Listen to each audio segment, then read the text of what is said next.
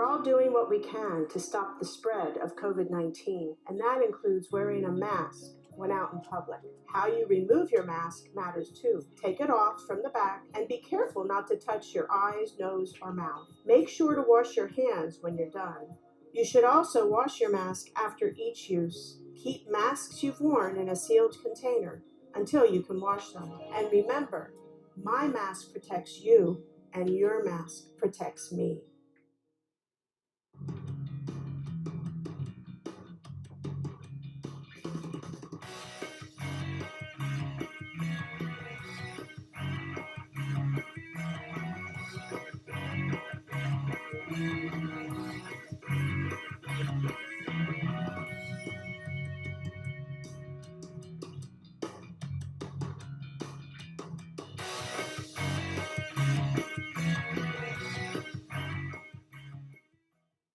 Hello and welcome everyone to the Transportation Forum. What an important event. How important transportation is to this Lehigh Valley. We talk about improving the economy and quality of life in our mission, and I can't think of anything that has an impact on the economy and quality of life as transportation does. So of course we want to make sure we travel freely, want to make sure our roads are good, and all our infrastructure. So thank you to the entire Transportation Committee. You are all committed to this valley and we appreciate that. I know how hard you work and how important transportation is and its improvement. So again, thank you for that. Thank you, Lehigh Valley Planning Commission. Becky, Bradley, thank you for sponsoring. I know how hard you work on good, solid transportation policies for this Lehigh Valley and this ever-growing Lehigh Valley. So I also want to make sure I say hello to some very important people that are on this event call, if you will, this visual.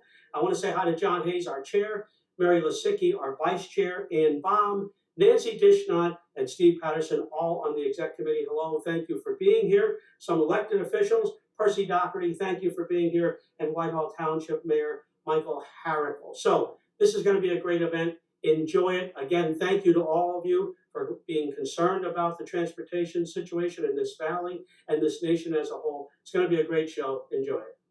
Thank you, Tony, for kicking us off. Welcome again to the 2020 Transportation Summit. Let's thank and recognize our sponsors that are with us today. Presenting partner, Lehigh Valley Planning Commission. Thank you, Becky, Bradley, and team for your commitment to our Transportation Council. Platinum sponsors, LANTA. Thank you, Owen. Lehigh Northampton Airport Authority. Thank you, Tom. Our corporate sponsors that are with us, Capital Blue Cross and Baum. Thank you. Capital Blue is a strategic partner offering signature health plans for our members. Gold sponsor, thank you so much, Nancy, over at Workforce Board Lehigh Valley. Silver sponsors, Adams Outdoor, Keystone Consulting Engineers, Langen Engineering and Environmental Services. Thank you, Anne Marie. Lehigh Carbon Community College. And Michael Baker International. Thank you to Ralph, our Transportation Committee Chair. And our bronze sponsors, Traffic Planning and Design. Westgate Global Logistics, Mark and Tom. Alfred Benish and Company. And our transportation partner, thank you, Lehigh Valley Traffic Club. Again, thank you to all of our supporters and sponsors that are with us for our 2020 Transportation Summit. Let's turn it over to Ralph Eberhardt with Michael Baker International, our Transportation Committee Chair. Ralph? Thank you, Allison, and thanks again to all of our generous sponsors. This is how it works. You support the Chamber, and the Chamber supports you, so thanks again. Hello, I am Ralph Eberhardt from the Lehigh Valley office of Michael Baker International and Chair of your Transportation Committee, here to introduce our esteemed moderator.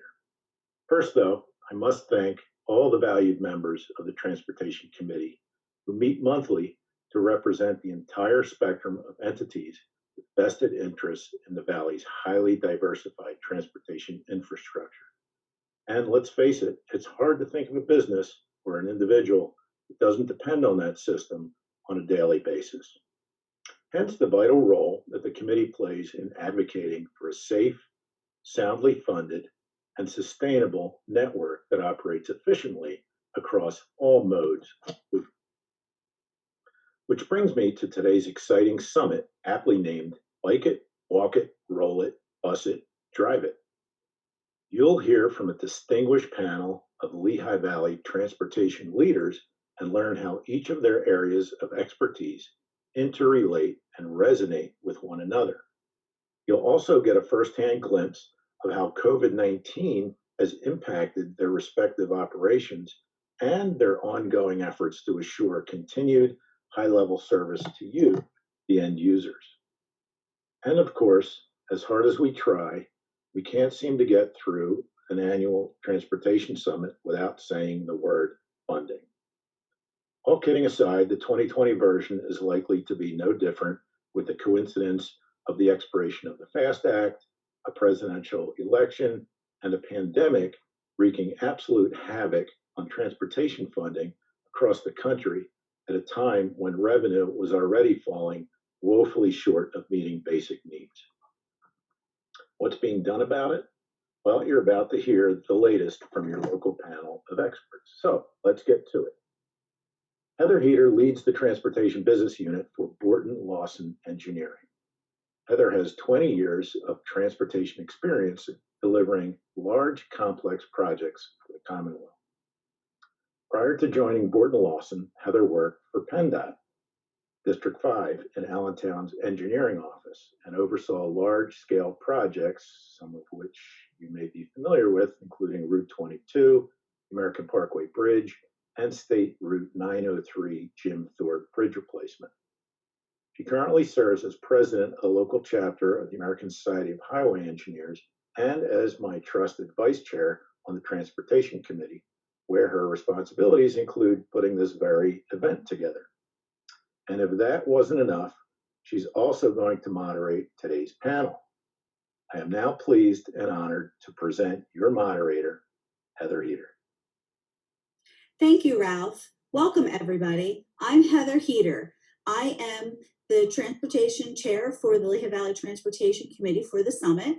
With me today are four excellent panelists. We have Becky Bradley, Executive Director of the Lehigh Valley Planning Commission, Christopher Kufro, Acting District Executive for PennDOT District 5, Owen O'Neill, Executive Director for the Lehigh and Northampton Transportation Authority, or otherwise known as LANTA, and Tom Stoudt, Executive Director for the Lehigh Valley International Airport. You can find their full bios on the digital event program. Continuing in alphabetical order, each panelist will give 45 minutes to discuss the new patterns in transportation and how they're handling the current COVID situation. We're going to start off with Becky Bradley. Very, very much. I'm really excited about today's Transportation Summit because there's been so much going on this year, pandemic or not, related to transportation. Two really big things have happened so far this year. First is the Lehigh Valley Transportation Study and the Lehigh Valley Planning Commission jointly adopted Walk, Roll, LV, the Active Transportation Plan. This is the first plan in the Lehigh Valley's history that addresses walking and biking and those last few feet to transit as a means of transportation planning. So it's gone beyond the realm of parks, recreation, and open space and into overall mobility. This is so critical to meeting the public health needs that we all have today that have only been exaggerated by the fact that we're in a global health crisis right now. It's got some very exciting things in it that dovetail very nicely with the long-range transportation plan and bi-county comprehensive plan, Future LV, that was adopted at the end of last year. One of those key things is the designation of off-road and on-road commuter corridors. So things like the Delaware and Lehigh National Heritage Corridor, which basically spans the Lehigh River through the middle of the Lehigh Valley and then over through Bethlehem into Easton as the region's first commuter corridor, along with several roadways and those connections in between that on and off-road system. We really think that this will provide opportunity to make safe connections and new connections that make it easier to walk and bike between residential communities and our job centers, which interestingly enough, parallel that trail system as well as the road system. Another exciting thing that happened is the Lehigh Valley Transportation Studies adoption of the Transportation Improvement Program. This is a little over $451.8 million of federal and state funds that will be allocated throughout the Lehigh Valley to road, bridge, transit, bicycle, and pedestrian projects over the next year. Those funds became available for expenditure on October 1st of this year, or the beginning of the federal fiscal year. And the important thing about the Transportation Improvement Program is the fact that Congress did continue funding for that, which we weren't so sure the last week in September. So we do know, at least for the next federal fiscal year, again, that started October 1 of this year through September 30th of next year, that will have the same levels of funding to maintain the transportation system overall. It's really important to note that the majority of panelists, actually all the panelists that are on today, are part of the Lehigh Valley Transportation Study. And so this is really important achievement for all of us, whether you're the Airport Authority, LANTA, PennDOT, or the region overall, including both counties and the 3 cities. So that's something that's really important to our region. I think what you'll notice if you look at the TIP, which is what we call the Transportation Improvement Program for short, which is online at lvpc.org, that there's a really good variety of projects in there. It is obviously key and critical to maintaining our transportation system globally and balancing those bike and pedestrian and transit needs with those roadway needs, especially with the growth in freight, is an important element that you'll see throughout that short range funding strategy. I just wanted to end on the topic that I don't think people stop talking about, since we have one of the highest rates of new freight facility growth, and then the accommodating traffic traffic challenges that come with that.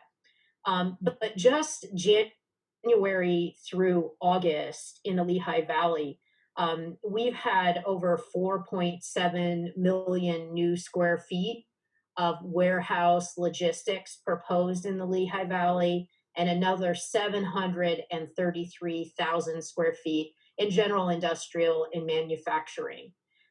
Just that first 8 months of the year is higher than the total of e-commerce and logistics that we had for all of 2019. So the demand for space, especially as we shop more and more online, is seen by the pandemic, continues to grow. There are another interesting thing related to freight, which is very, very important, that has arisen during the pandemic as well, is a new form of land use called the high cube or automated warehouse. These you can think of as basically robotic warehouses by and large, or in some cases, even like warehouses stacked on top of warehouses. It's an emerging use all across the globe. And we've had 2 separate proposals that we're aware of here in our region just in the last 3 months, and then 1 municipal ordinance change that would accommodate those. The Lehigh Valley Planning Commission is writing guidance for our municipal governments on how to address these new warehouses on top of warehouses and what that might mean for our transportation system. And they'll be reviewing that at their October draft of that at their October meetings tomorrow, and then on Thursday evening. We'll also be bringing that to the Lehigh Valley Transportation Study and making it available on our LVPC website. So I'll just end on the fact that development pressure, whether it's transportation-based or housing, which does have a transportation component as well, has been extremely high this year, even though we're in the middle of a global pandemic and actually have a very high unemployment rate. But we've been seeing development increase over the last 2 to 3 years in particular. That trend has not slowed. We're not entirely sure what to predict for 2021, but I could predict reasonably that definitely through the first quarter of 2021, we'll continue to see at least the same level of development proposed here in the region, whether it's directly transportation based or freight based, or if it's general commercial housing or other uses, which just reinforces the popularity of our region and has created very poignant and new challenges for us, and really caused us to reevaluate our value system, which is something I'm very proud to say that I believe that LVTS and the LVPC, both counties, have done a very good job through Future LV, and then accompanying efforts like Walk, Roll LV, the Active Transportation Plan, in managing along with our partners. The policy is certainly there. The investment strategy is certainly there within the confines of the limits of funds that we receive to be successful, not only in the short run with the pandemic, but I do believe in the long run. Thank you. Thank you so much, Becky. And now I'm going to turn it over to Chris from PennDOT. Thank you, Heather. First, thank you to the Chamber for hosting this event. It's always good to be here with Becky, Tom, and Owen. First, just to talk a little bit about the how we're handling COVID. PennDOT, we have a lot of challenges, and we continue to have a lot of challenges today. If you think of PennDOT, all different operations we do in the field and the office, the core, our core functions are to keep the core functions going and keep the employees safe. So that was the big challenge. So how do we do that? So if you split up PennDOT, if you look at it, we have construction, maintenance, and design. And design was really the easiest to kind of transition into this telecommuting phase because we closed our office March 16th and we went into a telecommute phase. And that is kind of like we were able to do kind of what we're doing now. We're able to kind of communicate through Skype or through Zoom and keep those core functions going. Big challenge we had with design was with bridge inspection, because you just can't stop inspecting bridges. So we really wanted to make sure that the public was safe. So that had to continue. So we had to make sure we had the cleaning supplies, make sure we got our social distancing in place, make sure we had our basically have our safety plan activated for inspection. As far as delivering projects, we continue to do that. We did it well. We continue to do it today. One challenge we had was with the courthouses because they were closed. We had to get in there to do our typical right-of-way filing, and that slowed up some projects. But all in all, design, we've continued to move a program forward. Moving on to construction, right out of the gates, we put a pause on all of our construction projects.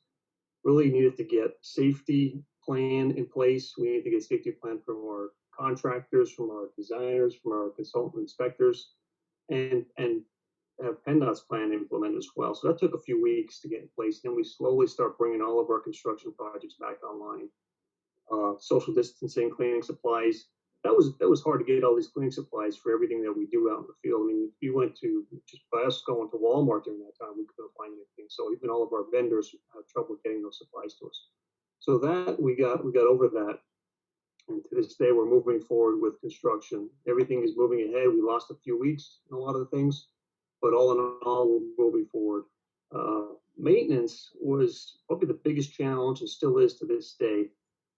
Maintenance, right from the beginning, you just can't stop doing maintenance.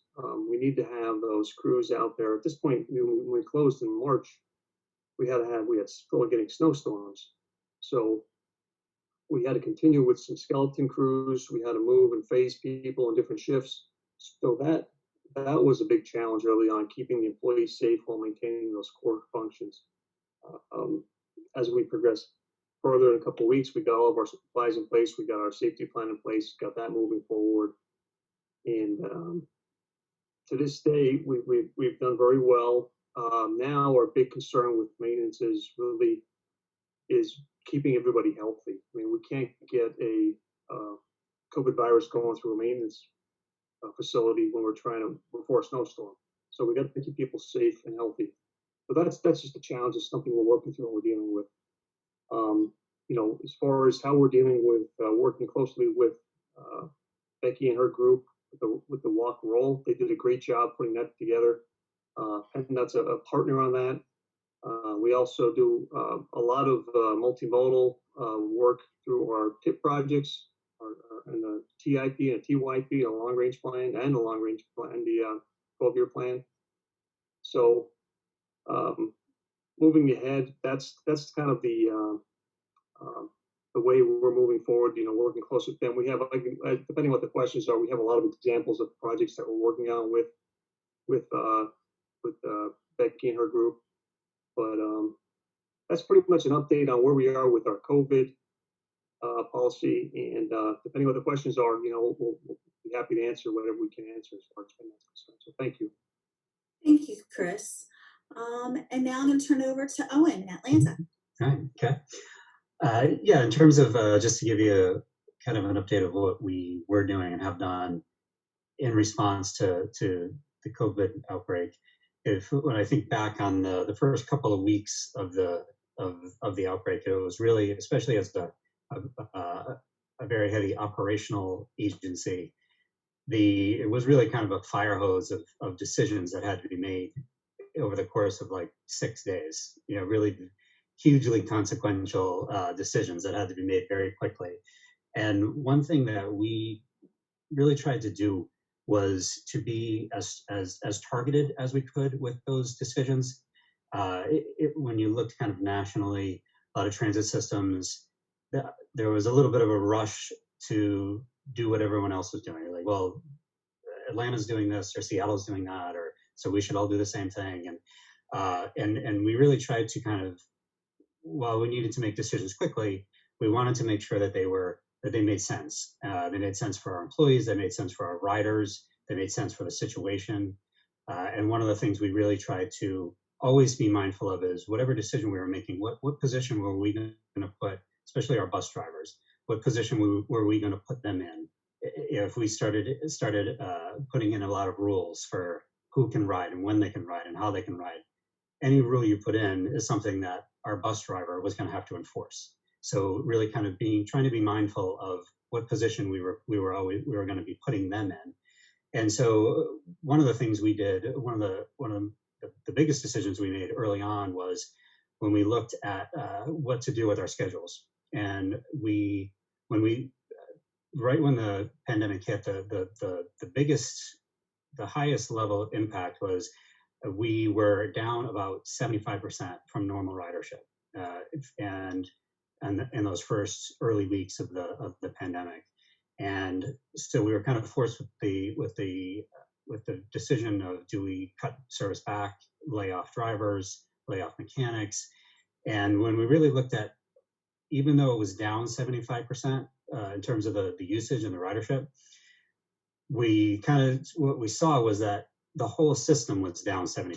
So it wasn't like ridership overall was down 75%, but it was concentrated on certain routes so that you could kind of peel off certain things and cut back certain things. It was really like the entire system was down 75%. And when you looked at what people were still using the service for, they were still using it primarily to get to work, to those frontline jobs of people going to the warehouses, people going to the grocery stores, people going to the hospitals to work. So we kind of made the decision to say people still need that access that our system provides. So we had made the decision that we were going to maintain our normal schedules as long as we had the manpower to do it, as long as we had the enough employees, enough bus drivers to actually keep our schedules going. And throughout the entire since then, we've been able to maintain our normal schedules. We have not missed one trip. And I really kind of think that we are one of the only transit authorities in the country that can really say that. And a lot of that was because of our bus drivers and our mechanics, that enough of them showed up to work every day that we could do that. And so that was really kind of one of our biggest decisions that we made early on, and I think it really paid off for our riders, especially because they still maintained that level of access that they have always had. The other thing, another decision that we made early on was a lot of transit systems were going to a fare-free structure, so that people could just board on the back of the bus and not have to pay a fare.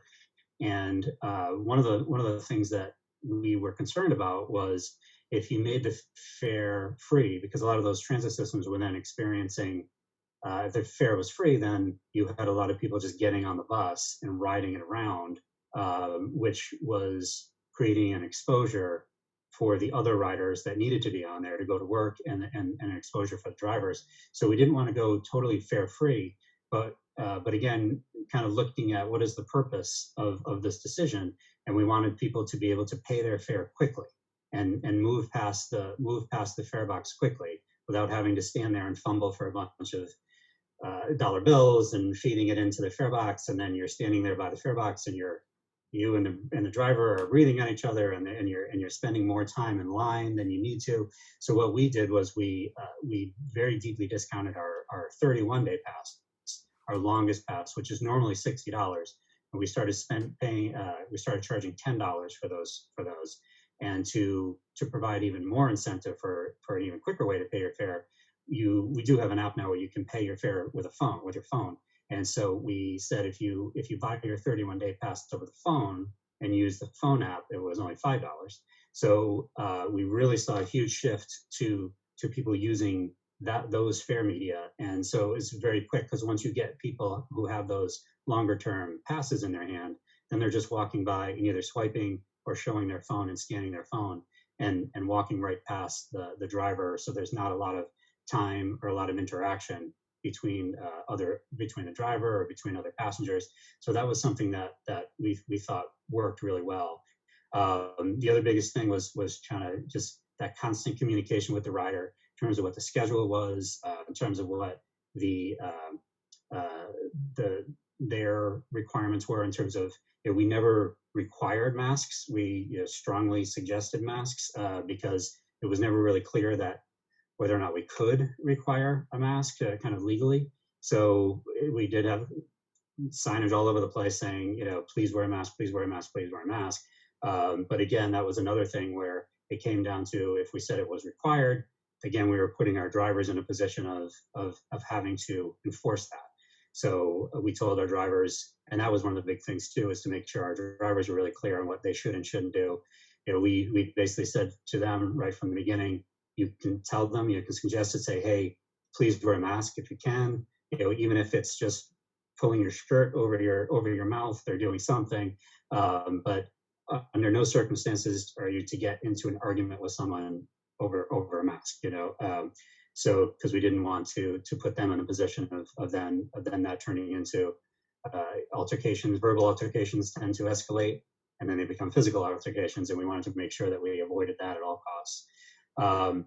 Other things that we had to take, especially early on, we had to take precautions to avoid overcrowding on the buses. Even though ridership was down a lot, we still had some, especially the routes that go out to Amazon and things like that, where you had heavy loads. So we had to have buses in reserve where we could send out the buses to make sure that we managed the loads on the buses. One of the big things that we were always working on was PPE for the employees, making sure we had enough masks, making sure we had enough hand sanitizers. We had already, one thing you might have seen pictures of is where transit authorities were putting in kind of security panels, like you see now with cashiers at stores, but security panels, which we had already actually put in the year prior for other security purposes. But then it kind of, we really benefited from having done that in the past. And then a lot of the other things too has just been working really closely with stakeholders along the way, working with the school districts and making sure we knew what they were doing, especially Allentown School District, because so many Allentown School District students take LANTA to get to work, to get to school, and we needed to make sure what they were doing, making sure we were staying in touch with some of the key employers to see if there were changes in shift times, or if they were trying to spread out their employees. So making sure that we were understanding like when the employees were going to be needing to go to work. And just kind of working with the senior centers and things like that, and the dialysis centers, and making sure we knew exactly what they were doing, what their protocols were. So that's been kind of a lot of the things that we've been having to deal with and having to work through. I think we've been lucky that our riders have been very cooperative in terms of masks. We get the occasional. I should say occasional. It probably happens every day that someone says I'm not wearing a mask, but we haven't had any significant issues with involving our employees or involving other types of incidents. So that's really kind of like what we've done, and having to kind of stay on top of all the developments throughout basically every day. Thank you, Owen. Mm-hmm. And now we're going to go on to Tom from the Lehigh Valley Airport. Thanks, Heather. Appreciate it very much. Just listening to Becky, listening to Chris, and when you hear about all of the challenges, certainly no different for the airport.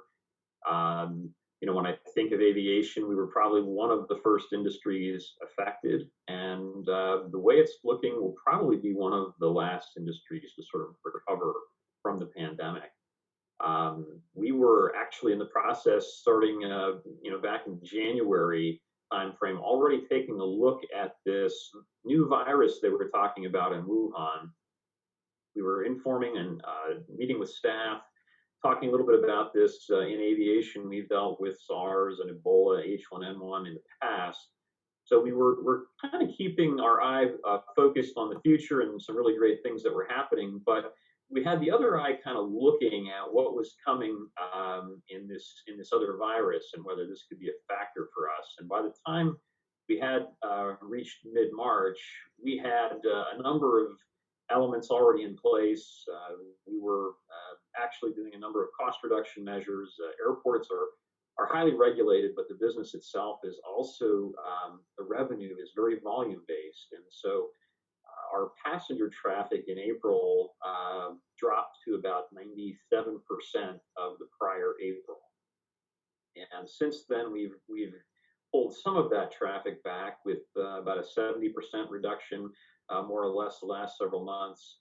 And as of September, we're at about a 60% reduction in passenger traffic month over month from 2019. So the traffic and the revenue obviously have really been a factor, but in spite of that, the goal from the beginning was a lot of communication, a lot of transparency, and really to keep our employees and even our airport workers, again, not everybody at the airport is an employee of the airport authority, so really to keep everyone safe, healthy, and working. Those three in sort of that order.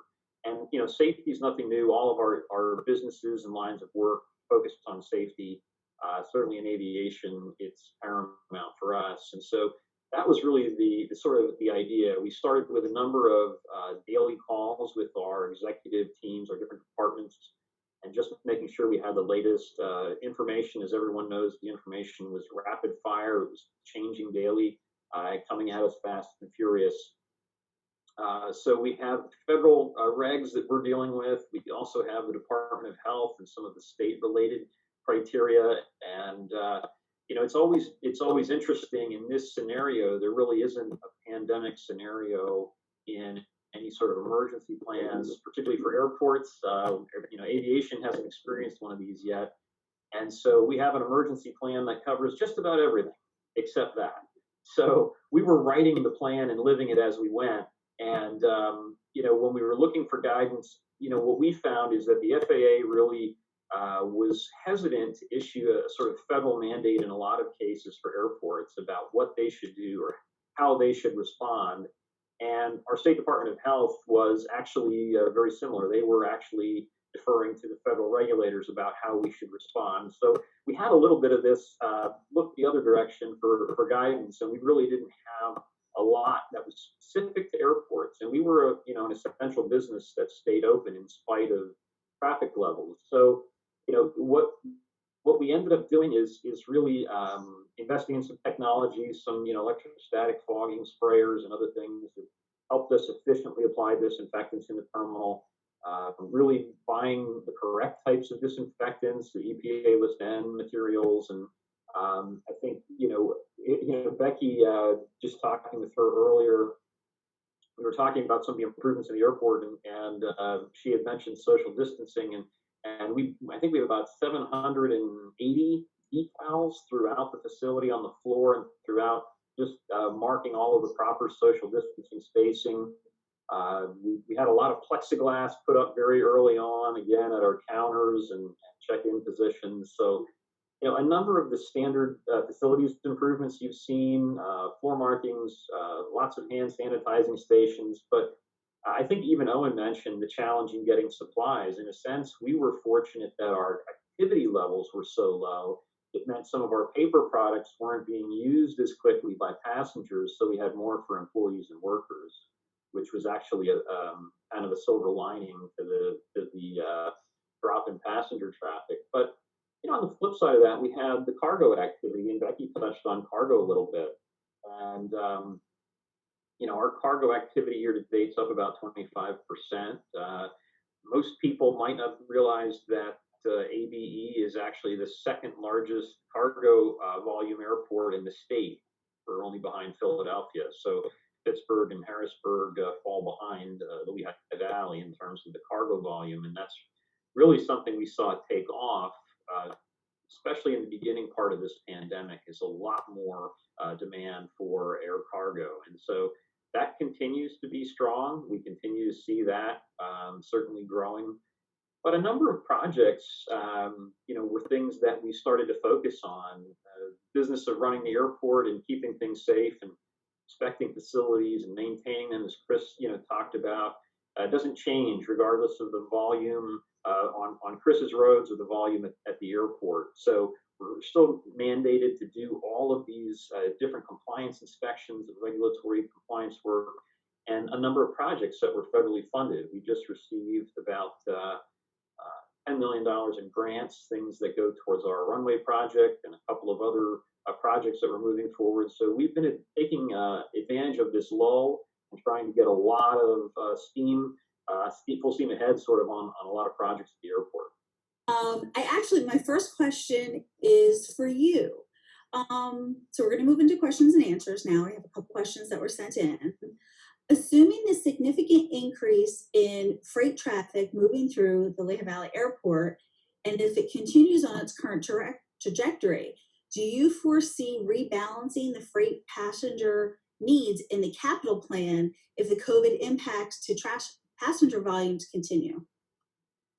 Yeah, so is there going to be a need for more cargo growth at the airport? I think the answer is yes. And we've just wrapped up our master plan study, which really looks at a lot of the trends over the 20 years forecast of passenger traffic, cargo volume, and part of our runway project right now is anticipating those heavier loads from freight aircraft over the 20-year pavement design life. So we're anticipating additional growth, additional facilities, and just based on not anything that the airport specifically is doing, but to Becky's point, what's happening more globally in the Lehigh Valley with the growth of e-commerce and logistics.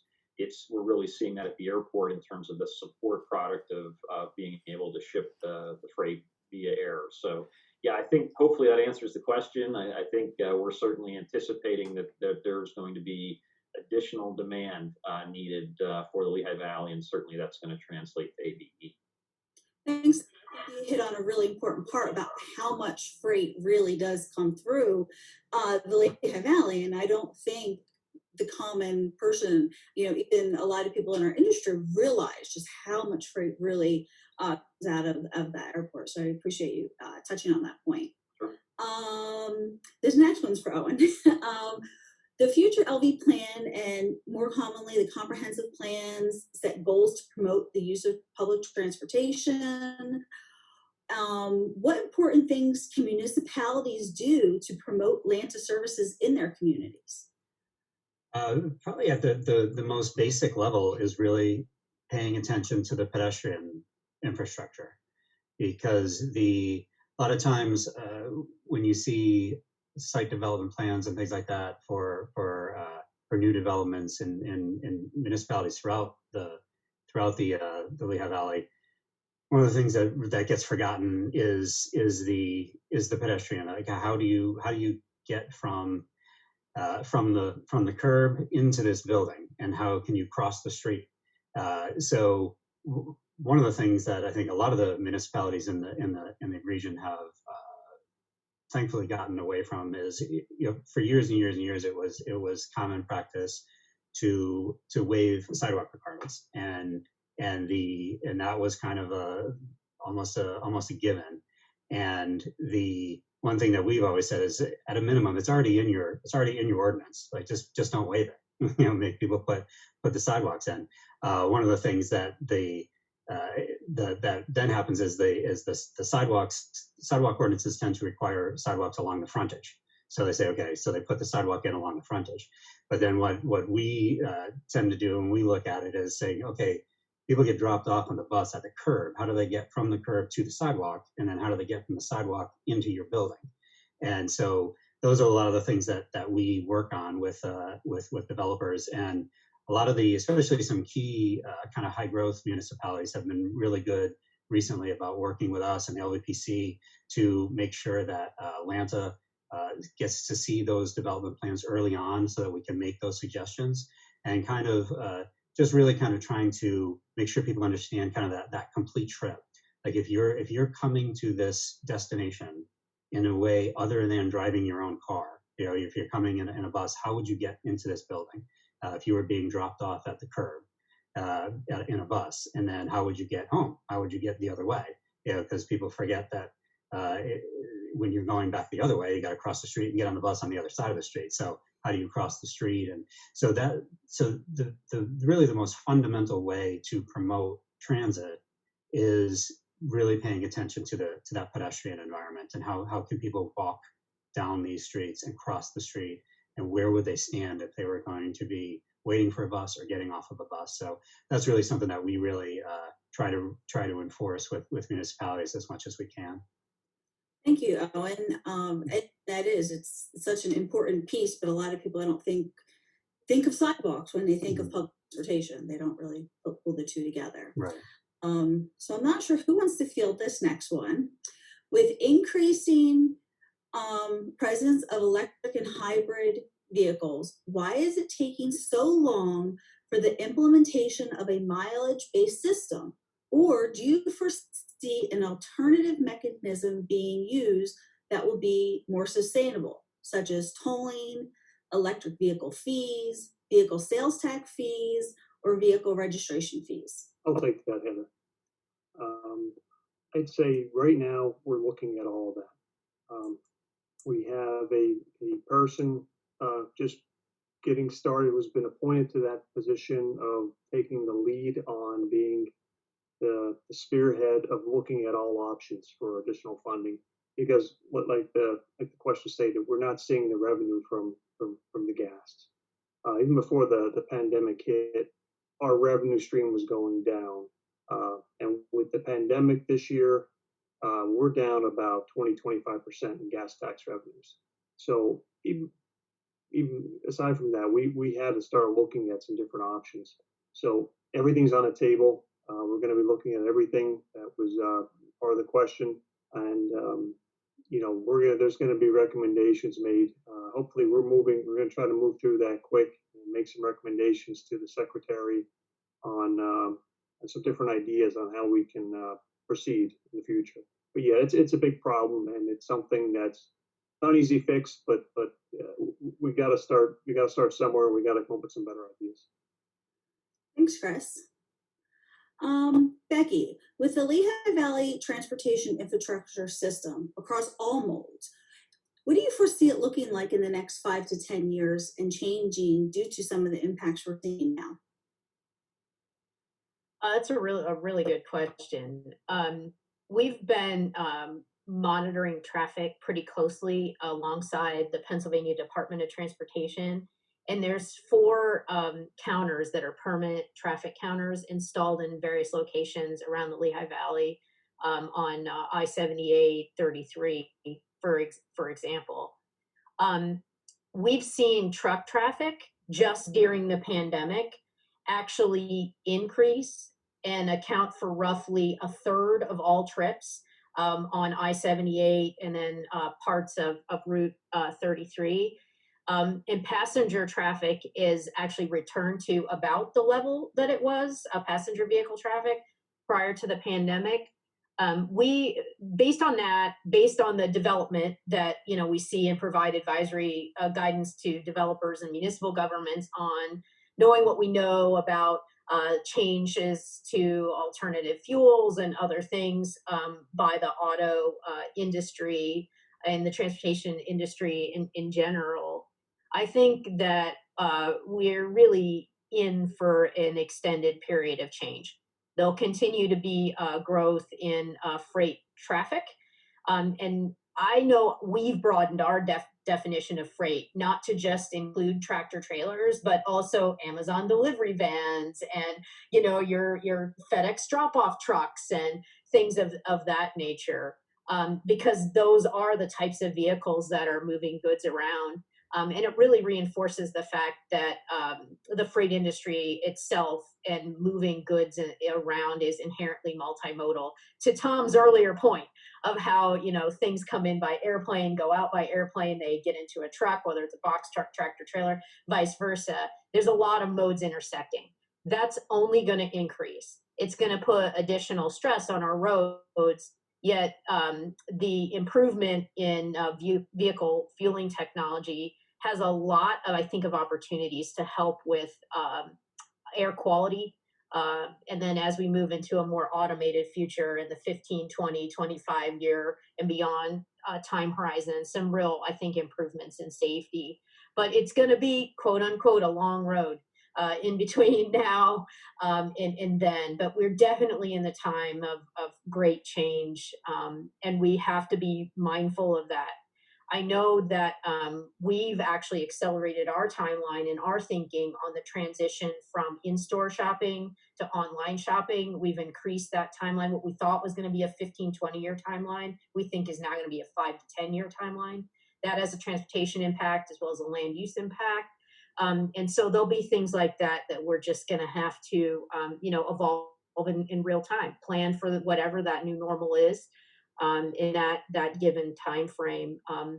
And the one thing that I think I'm really, really proud of, and you heard this throughout all the presentations today, is the fact that every single agency has risen to the challenge. Our issues are slightly different, yet nobody closed their doors. Everybody kept delivering the same level of service. Everybody did that with grace, and in a time when we had to, turn on a dime. And I think, as both Tom and Owen said, just make decisions as you were writing the plan.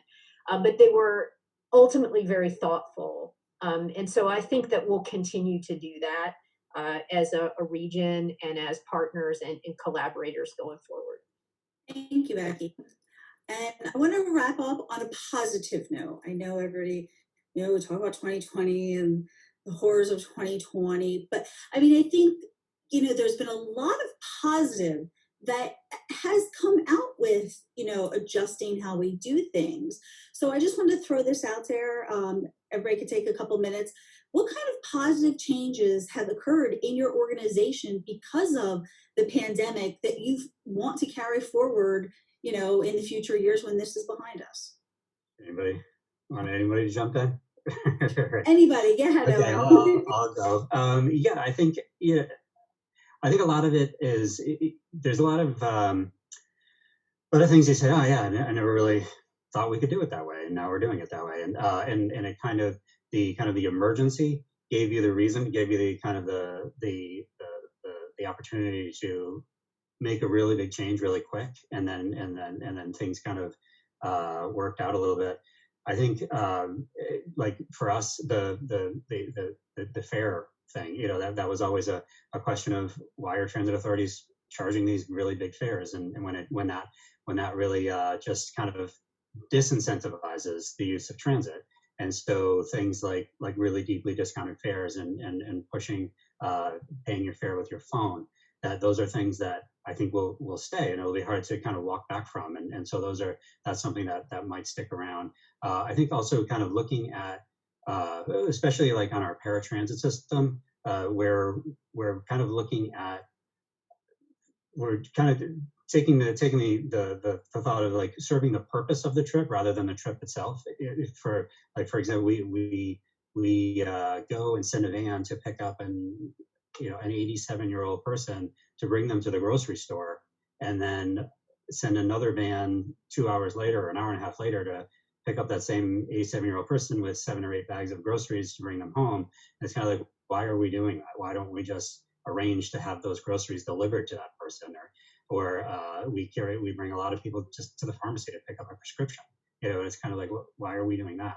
So kind of looking at things like, can we look at ways to partner with other people to serve the purpose of the trip rather than actually bringing someone to a place when that isn't really necessary. I think a lot of those kind of changes and approach, I think, will stick around. Great. Anybody else? Any positive changes?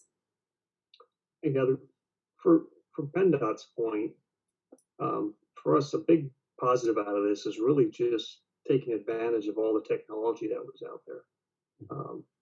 For us, such as these laptops, having video conferences, working with the MPO on the MPO meetings. I think we get a lot of good participation. We get a lot of people watching it now. We're able to video it, and people can watch it at a convenient time. The same goes for public meetings. We've had some good public participation questions and comments come in. So that's actually been, I'd say, sort of surprising to us that we've been able to, when we look at it, we think, hey, we have been getting a lot more participation. We're able to make a presentation, solicit feedback, call people up when they had questions. So that's worked out well.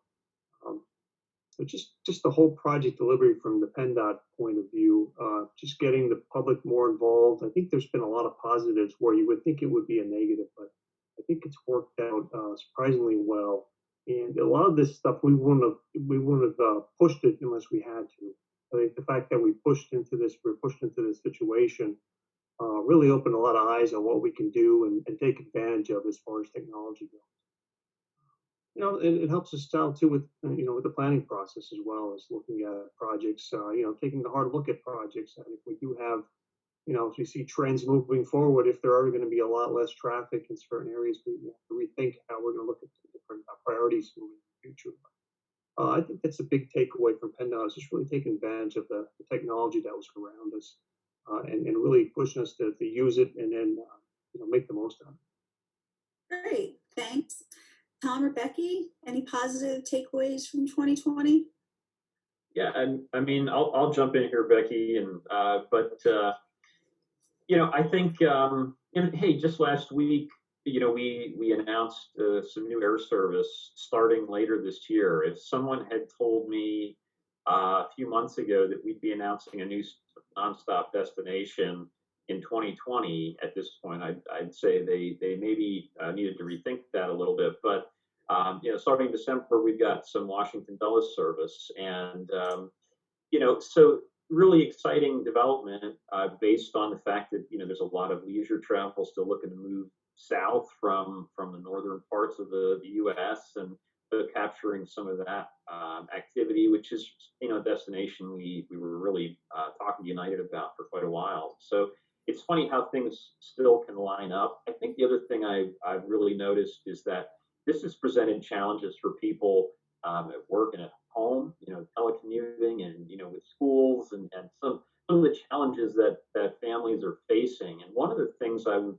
really proud of, I think, certainly at the airport, but I hear these stories over and over again from other companies, is just how supportive, how in these times, people really have come together to help each other and really support one another in whatever they're dealing with. And I think, at the airport, it's no exception. We have a number of different airlines and rental cars and, stakeholders, TSA, federal and other stakeholders. And the way that we've all sort of worked together and worked through the challenge, I'm really proud of how we've been able to navigate that as a large airport family. But I hear these stories outside of our industry in the Valley, and I think that's really been the key, as Becky kind of pointed out earlier, in terms of how the organizations have really adapted.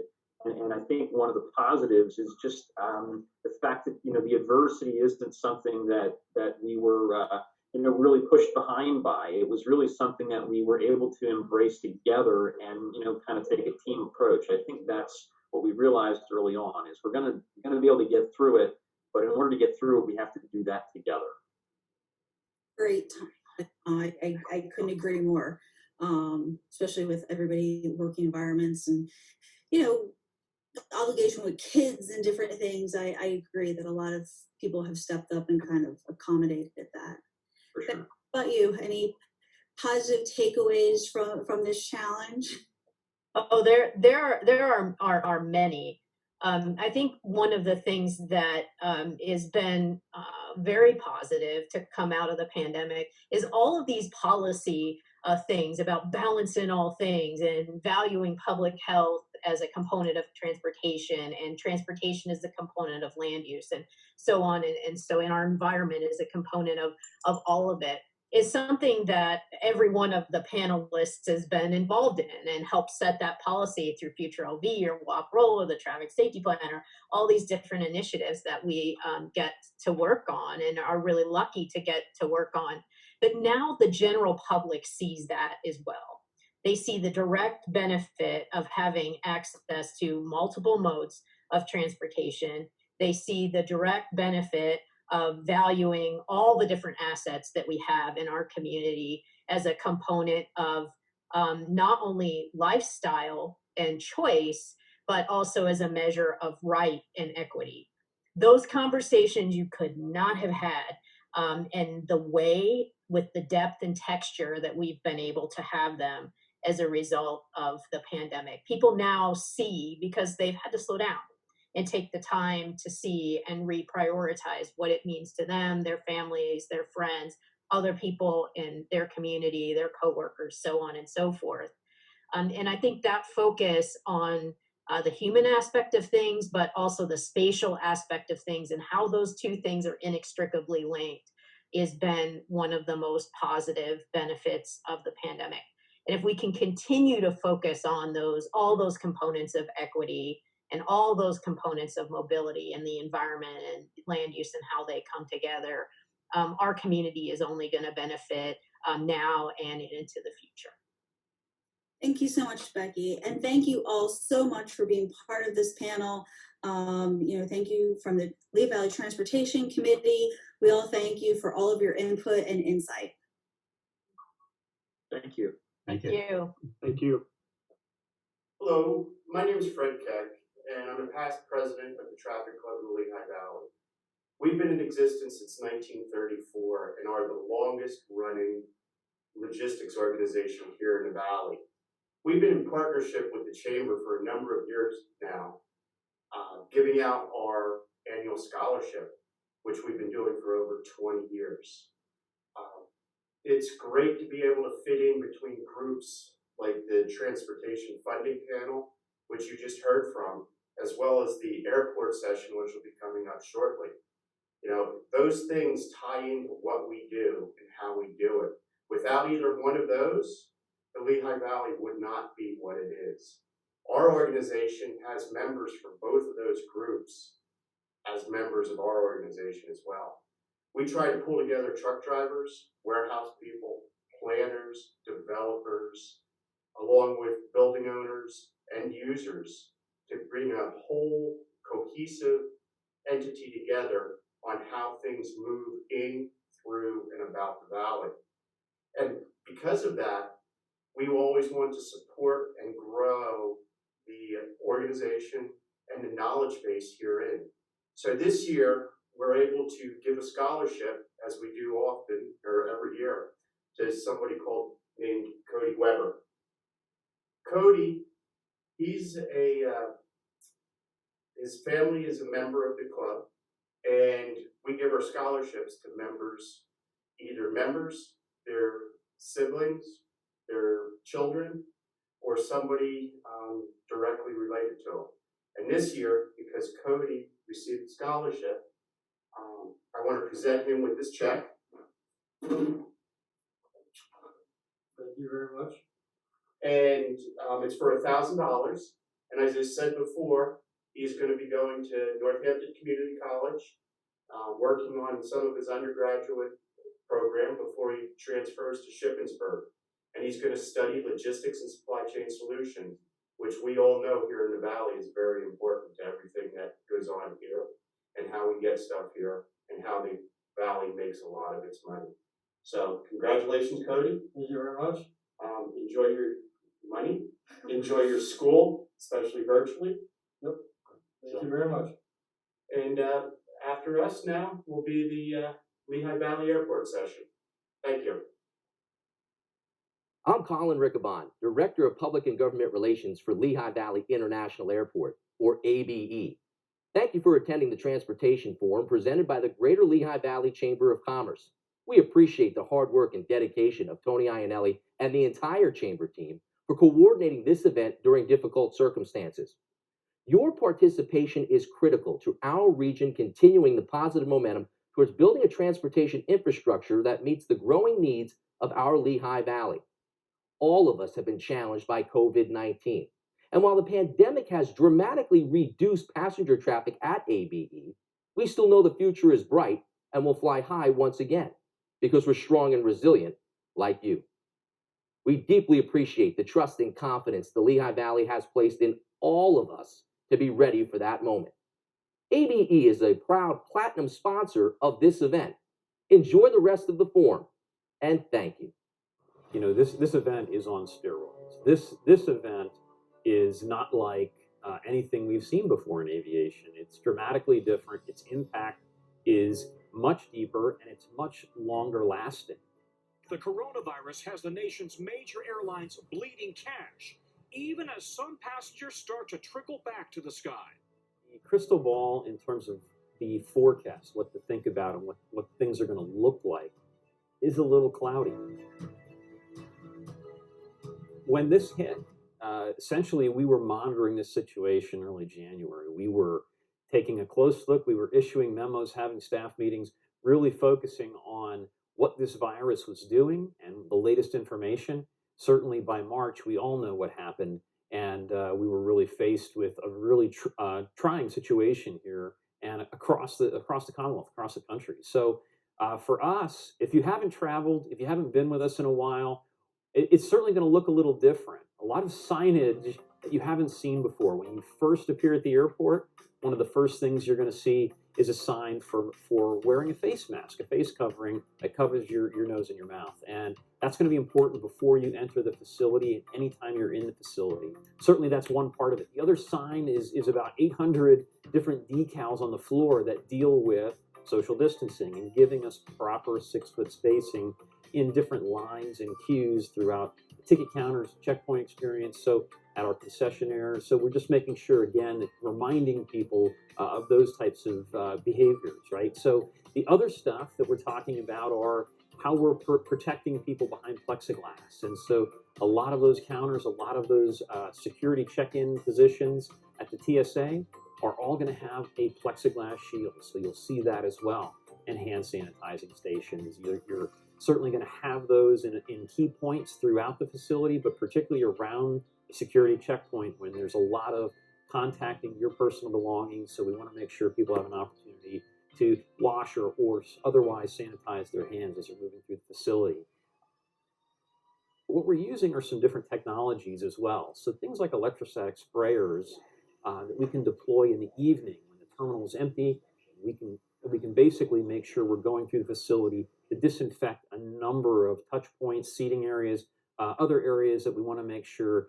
And we're using a much longer lasting product. So some of these products are certified to continue to disinfect that surface for 14 days. So certainly a very effective product, still safe to use, but very effective. Some of the other items we're using are things like transparent films that we're applying to our elevator buttons or door handles. You will still see our custodial staff hard at work wiping down and disinfecting handrails and other areas, but certainly a lot of what's happening is also built into the products we're using and the time that we're applying these treatments in the evening.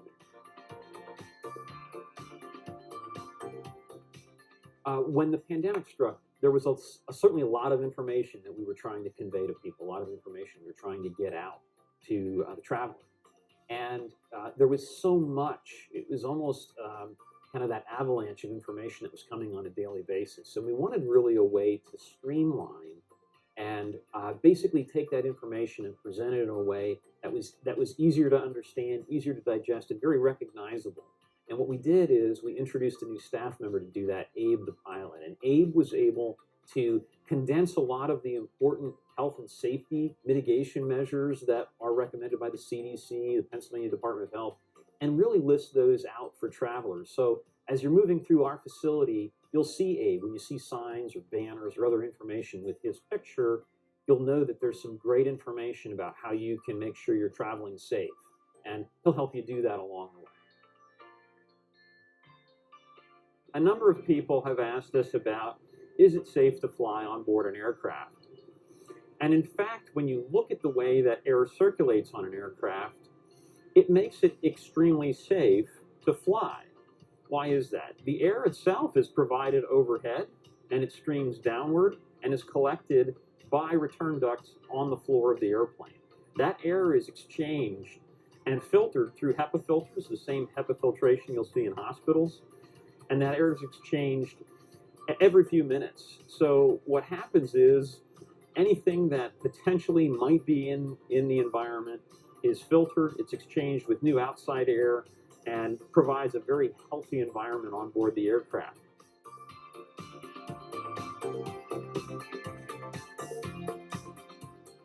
Everybody can remember hearing 2 weeks to flatten the curve, those types of things.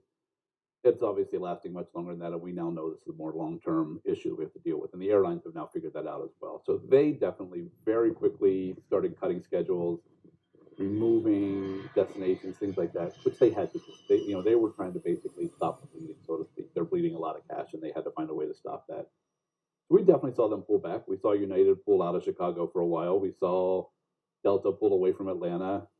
What we've seen now is the slow rebuild of that network. So we've seen United Chicago coming back once a day. We've seen Atlanta on Delta coming back once a day. We've seen extra Detroit. We're up to 3 times to Detroit. We're back up to 3 times to Charlotte. So we're starting to see them rebuild these networks. So again, I think from here, it's really going to be a factor of demand. We now have connectivity to almost every destination we had prior to this. We've got at least daily, sometimes better than daily. The big thing for us now is putting people in those aircraft, so as we continue get people flying them, that will continue to drive additional flights. That's really where we're at. This morning, the future of the airline industry is up in the air. Starting today, thousands of employees from multiple airlines are being furloughed after Congress failed to reach a deal on a new relief package before the October 1st deadline. They have obviously downsized incredibly and very quickly reactionary to this, all of them. I would say Allegiant probably the least of the 4, but the legacy carriers have all really downsized. Our expectation is coming out of this, and what we're hearing is those airlines will be about 70% of what they were in 2019 as far as the size of the airline itself. So that means, are we going to only have 70% of our flights? Are we now, is the competition even a little stronger between us and other airports for those flights? It really just changes the whole landscape of things. Again, I think the one good thing for us as an airport is the strong presence of Allegiant here. That really makes a difference. Timing is everything. Had we not gotten that base back in February when we opened it, I'm not sure that we would have opened it, anytime in the near future. They're not opening more bases now. They've actually looked at potentially retract bases. Ours is not one of those, thankfully. So that puts us in a very strong position with Allegiant themselves. Having aircraft based here, having the investment they made here, they want to see this continue to grow as we do. So that should ultimately help us as we recover. All indications are business travel is not going to recover until 2022, maybe 2023, to really come back. Leisure travel likely will recover faster. So we'll see our passengers come back here probably faster than a lot of airports. But the fear is for the airlines themselves. Right now, they can fly 4 airplanes and they can't cover their costs with a 4 airplane. So that's a problem, obviously. The cost of the tickets is very low. So we need to see that revenue start to come back. If there was a question on Jeopardy, had the fortitude and vision and foresight to open a brand new hangar during the most difficult time in modern aviation history. I don't think any of the contestants on Jeopardy would get that answer right, unless the contestants were the citizens of Lehigh Valley. I think when I found out we were going to open it in the middle of a pandemic, that certainly tempered my excitement a bit. But what we found so far is there's still a lot of interest in that hangar today. You know, general aviation looks to be rebounding much more quickly than commercial aviation. So we are seeing interest. We've got a couple of new tenants already, which is fantastic. It just gives us the ability to go out and market this to new people. You know, there are those aircraft owners in New York, New Jersey markets, maybe even the Philadelphia markets that are saying, is there a less expensive alternative? You know, people everywhere, you and I and everyone else are looking for ways to save a little bit of money during this. So are the aircraft owners. They're looking at the same thing. So if we're able to provide a more efficient, better, more cost-effective, less expensive solution, I think that's great for us. And we couldn't do that prior to opening Hangar 11 because we just didn't have the space, and now we do. This pandemic has underscored our need to continue to diversify our revenue streams. So as we've talked a lot over the last several years about non-aeronautical revenue, that's just, and we knew it was important. This has just really demonstrated that to us to say it's probably more important than we ever thought. So we continue to look at those non-aeronautical revenue opportunities. We're looking at industrial development. We're looking at potential hotel development. We're looking at retail development. We're looking to monetize some of those assets that we have that we don't necessarily need for airport use, but that we can use to start now developing new revenue streams. So the terminal connector really brings that safety, convenience, and elevating our customer experience to the airport. Even with the pandemic or prior to the pandemic, we had serious concerns regarding the capacity in our checkpoint, even back as far back as 2017. This project itself has been on the airport's radar for a long time.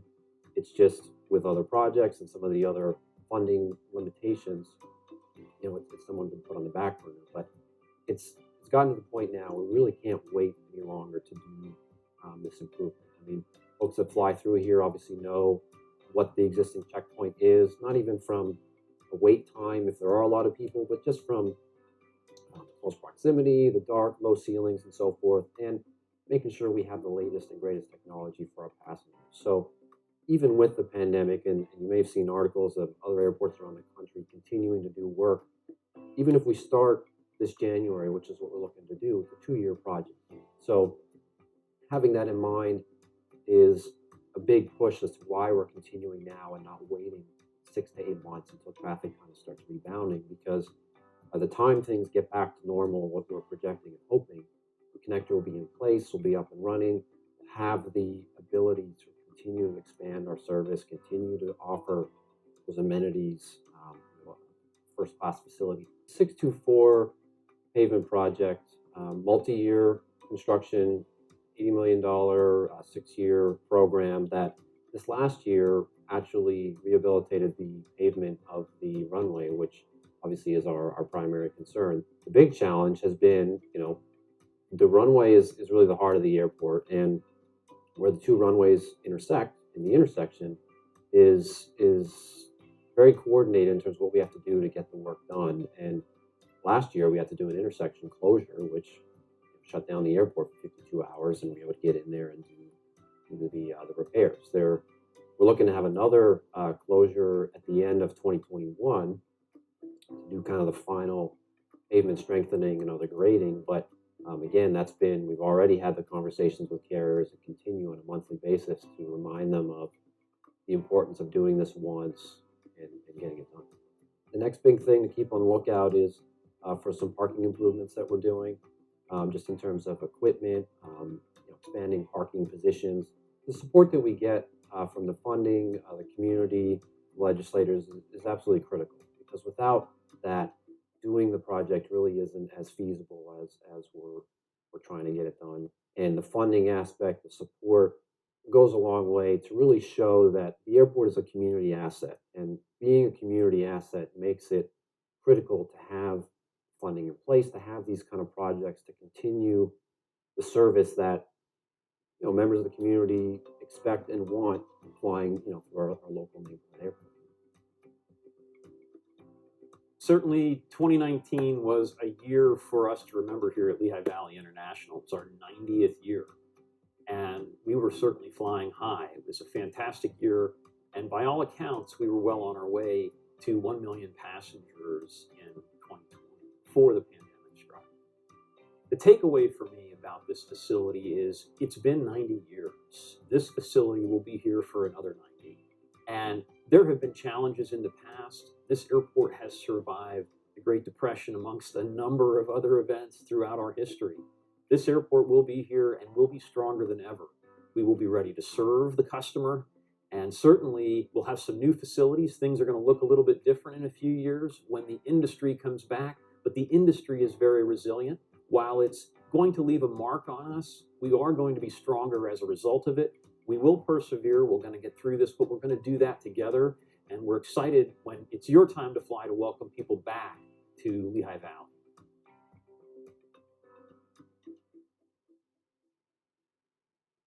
I wanted to thank everybody for joining us today for the 2020 Greater Lehigh Valley Chamber of Commerce Transportation Summit.